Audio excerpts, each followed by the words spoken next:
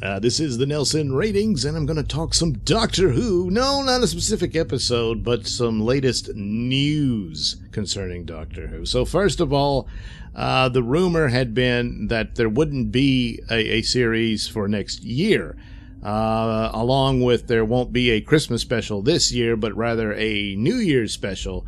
And then the New Year's special would be the only Doctor Who episode you would get in 2019. Well, that's not true. Apparently, the second series, or season as we say it here across the pond in America, is in pre-production as we speak, and it will deliver in the fall of 2019 as per usual.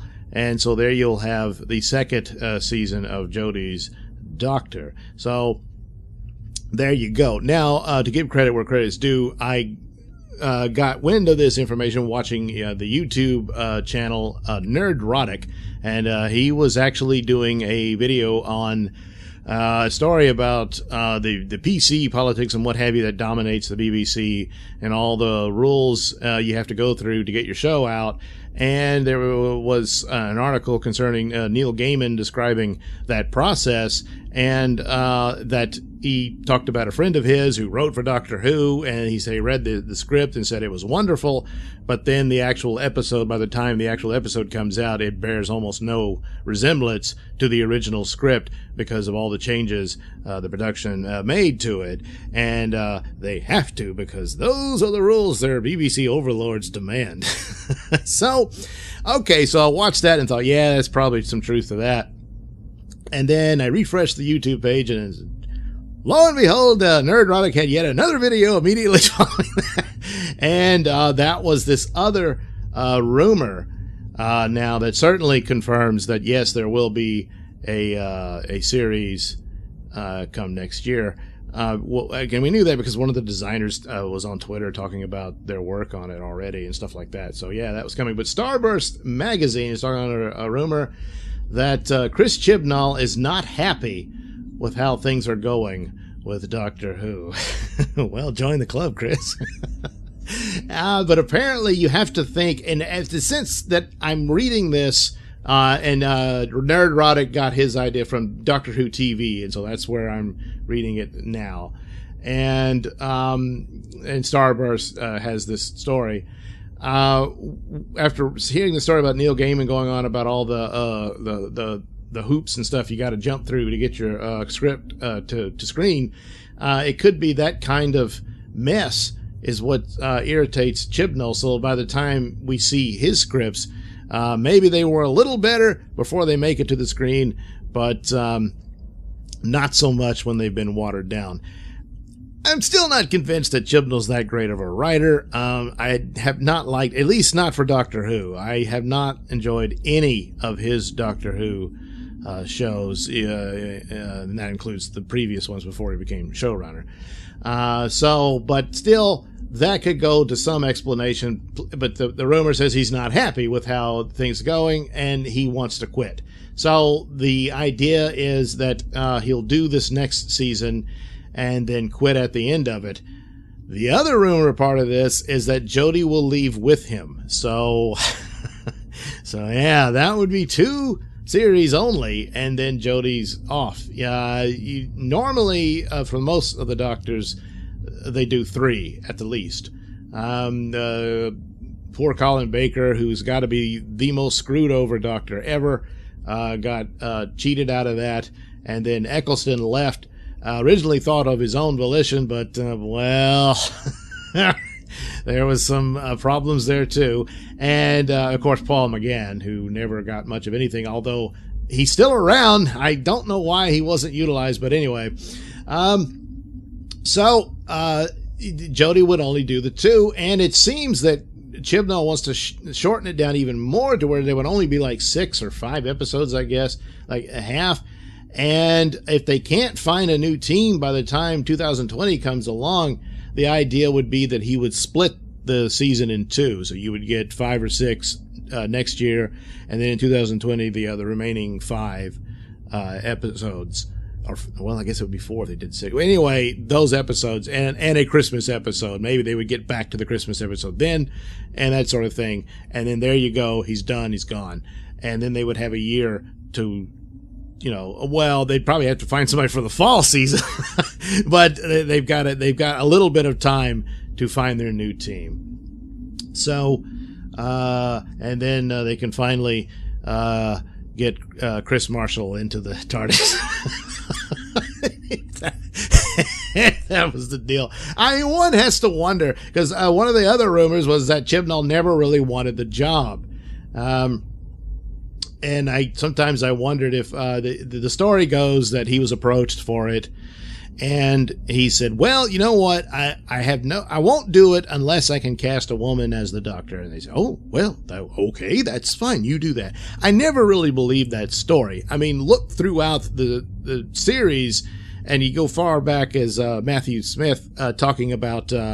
What was it? The Cavalier, the Corsair, and all that stuff about Time Lords swapping genders, and even his regeneration, where he says, "Oh, am I a girl?" and he realizes he's not, and remember how satisfied he was to learn he wasn't. Whoops. But so it goes back that far. So this is more of what people in the BBC wanted. They think that's the way to go, and it's an obsession on their own. So was it anything on the creative side? I'm sure there was some agreement to it, but it seems to be that's one of the orders from on high. And so by the time you get to the end of Moffat, they're kind of dictating whoever came in, you're going to have to hire a woman to be the Doctor. And so whether or not that was something Chibnall really wanted to do or he had to, I don't know. But so there you go with that. And of course, again, take it with a grain of salt. This is just rumors, but a lot of rumors do tend to come true. Already we know that the original story that it wasn't going to be a series, that wasn't true, and now we know that it is. So, something's true about this, but the fact that this is more establishing that gives it some credence that there might be something to this for Chibnall and Jodie wanting to skedaddle. So, is script interference the reason the stories are so bad? I'm not entirely certain that that's a good enough reason. It could be they were a little better, that they had something in there, but I can't imagine what it would be that the BBC axed all that and said, no, you got to do it like this. I don't know, or they're just going along to get along, and so there's not a whole lot of passion and creative energy there, being so limited. It's a strange thing. I mean, they went through all this to get a female Doctor, and then they don't use the most obvious story they could have done with the Doctor dealing with this, not for the whole series, but certainly deal with it. And no, and the whole series is terrible with continuity, and even within 2 episodes consecutively. I mean, Capaldi's last episode reveals that there never was a female Doctor until now, and well, I might have been one of the sisters or something like that. I just keep throwing these lines around like that. Is it so the Doctor's just a liar? What is that? And so it's a show that doesn't care. And but if they're so filtered and controlled and limited, then, well, who can blame them? So, and so I didn't know what to expect with Jodie. I'm not familiar with her performance. I've never seen her perform before.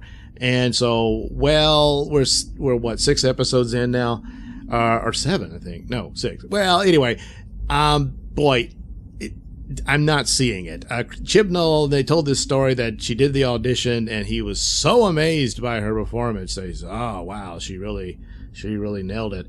And I don't see any evidence of that. And nothing spectacular that told me that. A lot of people said Olivia Colman, and it would be the better one, and probably so. There was another rumor there that she was the first offered the role, and she turned it down. So this is where they ended up.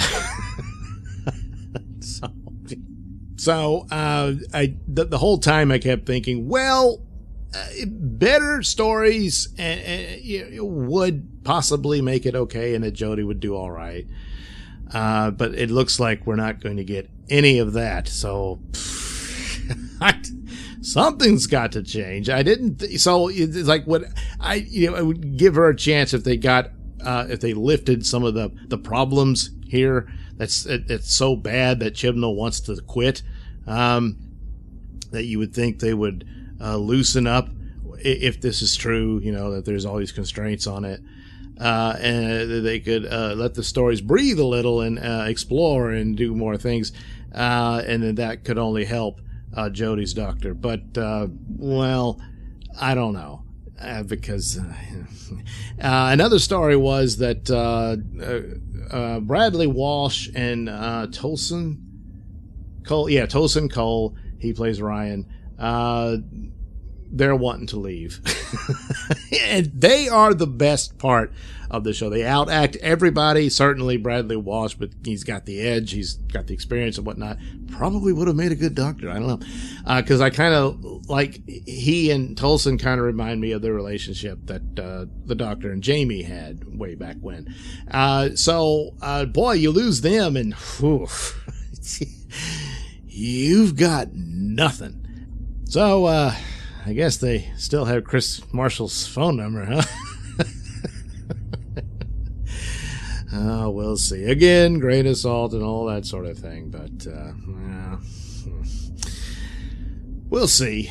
And something needs to be done dramatically. And sure, the sooner the better. I just didn't think it could be this soon. or at worst, the show just gets canceled outright. But I don't think that's happening, even as bad as things. So, could be good news, but there again, if you're like I'm joking about Chris Marshall, he was the one that was rumored to be the next Doctor, and that was just a tactic to throw you off of the Jodie being cast. Don't expect a man to replace Jodie. I just don't expect it. And when if they did that, because they did everything they could to cater to, the SJW cult, and they're not very forgiving. Fortunately, if they would just think about it, the cult is very small, and the show would do very well if it got back to its glory days. But it's hard to ignore the PC cult when you're a member of it. So yeah, don't expect Chris Marshall to be Doctor Who. All right, thanks for watching and listening. Why not like and subscribe, and check out the link description below. That'll take you to my mini stores that have plenty of goodies for you.